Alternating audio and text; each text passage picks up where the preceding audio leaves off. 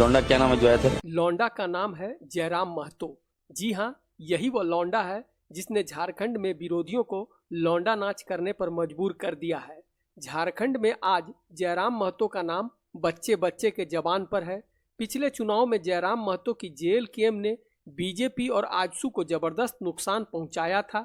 भले ही पार्टी सिर्फ एक सीट जीत पाई, लेकिन 16 सीटों पर जेएलकेएम के उम्मीदवारों को इतने वोट मिले जो हार जीत के अंतर से भी अधिक थे, जिसके कारण पार्टी ने कई जगहों पर चुनावी समीकरणों को पूरी तरह बदल दिया था। पहली बार चुनाव लड़कर जीता तो जा सकता है, मगर सीधे सीएम बनना थोड़ा कठिन तो जरूर है।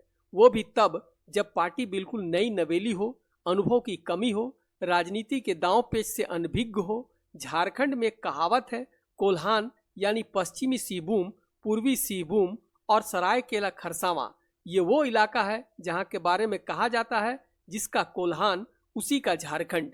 जयराम महतो भी इस बात को भली भांति समझ चुके हैं और झारखंड मुक्ति मोर्चा के इस गढ़ में घुसकर ऐसी बारूद बिछा रहे हैं जिसके कारण 2029 के बहुत पहले ही भूचाल आ गया है। आज हम इसी विषय पर बात करेंगे कि क्या हेमंत सोरेन का सबसे मजबूत किला अब ढहने वाला है? क्या कोल्हान की धरती पर जयराम का कोई गुप्त मिशन चल रहा है जिससे रांची में बैठे बड़े बड़े राजनीतिज्ञ भी परेशान हैं? झारखंड मुक्ति मोर्चा ने यहां सालों से ऐसी घेराबंदी कर रखी है कि यहां परिंदा भी पर नहीं मार सकता। बीजेपी लाख कोशिशों के बावजूद भी कोल्हान में अपने पैर जमाने में नाकामयाब रही। जेएमएम में फूट डाला, चंपई सोरेन, सीता सोरेन सहित कई अन्य लोगों को पार्टी में शामिल किया, अपने संसाधनों को पूरी तरह झोंकने के बावजूद भी असफल रही। यहाँ कोल्हान में कुल 14 सीटें हैं, जिसमें से जेएमएम ने 9 सीटों पर, बीजेपी 3, जनता दल यूनाइटेड 1 और कांग्रेस ने 1 सीट पर जीत दर्ज की है। कांग्रेस को जो 1 सीट पर जीत मिली है वो भी जेएमएम की कृपा से ही मिली है। शिबू सोरेन से लेकर हेमंत सोरेन तक कोल्हान झारखंड मुक्ति मोर्चा का वो अभेद किला रहा है जिसे भेदने में अभी तक कोई कामयाब नहीं हुआ, और इस मजबूत किले में सेंध लगाने की तैयारी वो लड़का कर रहा है जिसके पास न तो करोड़ों का फंड है, न ही राजनीति का लंबा अनुभव। उसके पास सिर्फ एकमात्र पूंजी है जनता का विश्वास, भरोसा और आशा कि यही वह लड़का है जो झारखंड को एक नई दिशा और दशा दे सकता है।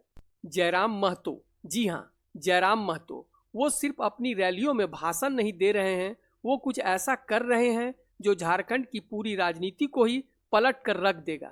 क्या आपको लगता है कि जयराम सिर्फ कुर्मी समाज के भरोसे से ये खेल खेल रहे हैं? तो ये आपकी गलतफहमी है। कोल्हान की चाबी भले ही कुर्मी समाज के हाथ में हो, मगर उस ताले में एक और चाबी लगती है जिसके बिना यह ताला खुल नहीं सकता, वो है आदिवासी समाज। जी हाँ, यहीं पर आकर जयराम महतो फंसते नजर आते हैं। कुर्मियों को शेड्यूल ट्राइब में शामिल करने के आंदोलन के दौरान ही जयराम महतो से यह चाबी छीनने का प्रयास किया गया था। विपक्षियों ने ऐसा जाल फैलाया था कि जयराम महतो को आदिवासी विरोधी साबित कर दिया जाए और कई ऐसी सीटें जहां पर आदिवासी वोट निर्णायक होता है वहां जेएलकेएम कभी जीतने की सपने में भी न सोच पाए।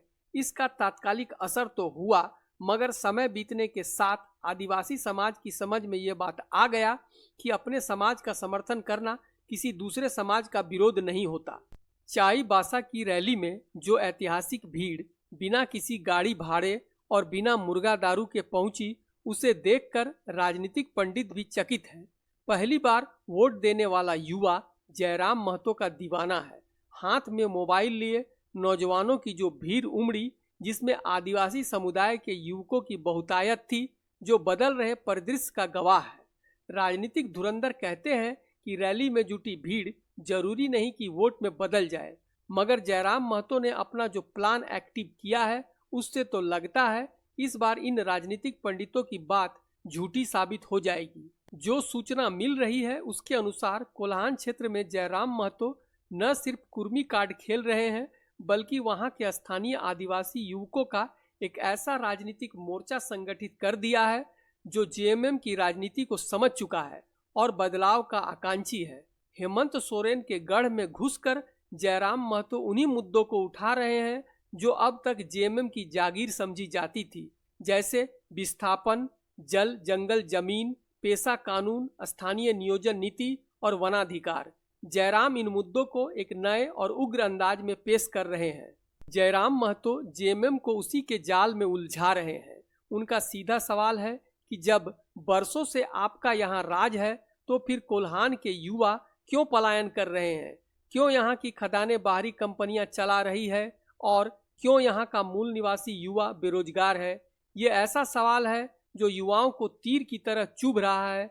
अब तक आदिवासी जेएमएम को अपने घर की पार्टी समझते थे, सही गलत का ध्यान दिए बिना आंख बंद कर जेएमएम को वोट करते थे। मगर अब युवा जागरूक हो चुके हैं, उनमें भी ये सवाल उठने लगा है कि आखिर कब तक जेएमएम के जाल में फंसे रहेंगे। लंबे समय तक जेएमएम का राज रहने के बावजूद उनकी बुरी दशा ने अब उनकी आंखों से ठगी का पर्दा हटा दिया है। लेकिन एक सवाल है कि क्या हेमंत सोरेन का यह गढ़ इतनी आसानी से ढह सकता है? झारखंड मुक्ति मोर्चा भी इन घटनाओं से अनभिज्ञ नहीं होगी और सचेत हो गई होगी। आखिर वह कौन सा चाल चलेगी जो जयराम के इस चक्रव्यूह को तोड़ सके और जयराम महतो नाम के इस तूफान को रोक सके? मुकाबला अब काफी खतरनाक और रोमांचक हो चुका है।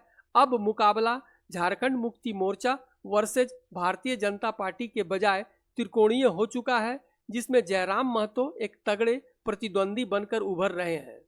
एक तरफ हेमंत सोरेन का दशकों पुराना अनुभव है, मजबूत बूथ मैनेजमेंट है। दूसरी तरफ जयराम महतो की आक्रामक पॉलिटिक्स। 2029 के लिए राजनीतिक बिसात बीत चुकी है। बस अब देखना यही है कि क्या जयराम अपने सभा में आने वाली भीड़ को वोटों में भी बदल सकते हैं या नहीं। अगर जयराम इसमें कामयाब होते हैं तो निश्चय ही झारखंड की राजनीति में एक भयानक उथल पुथल देखने को मिलेगा।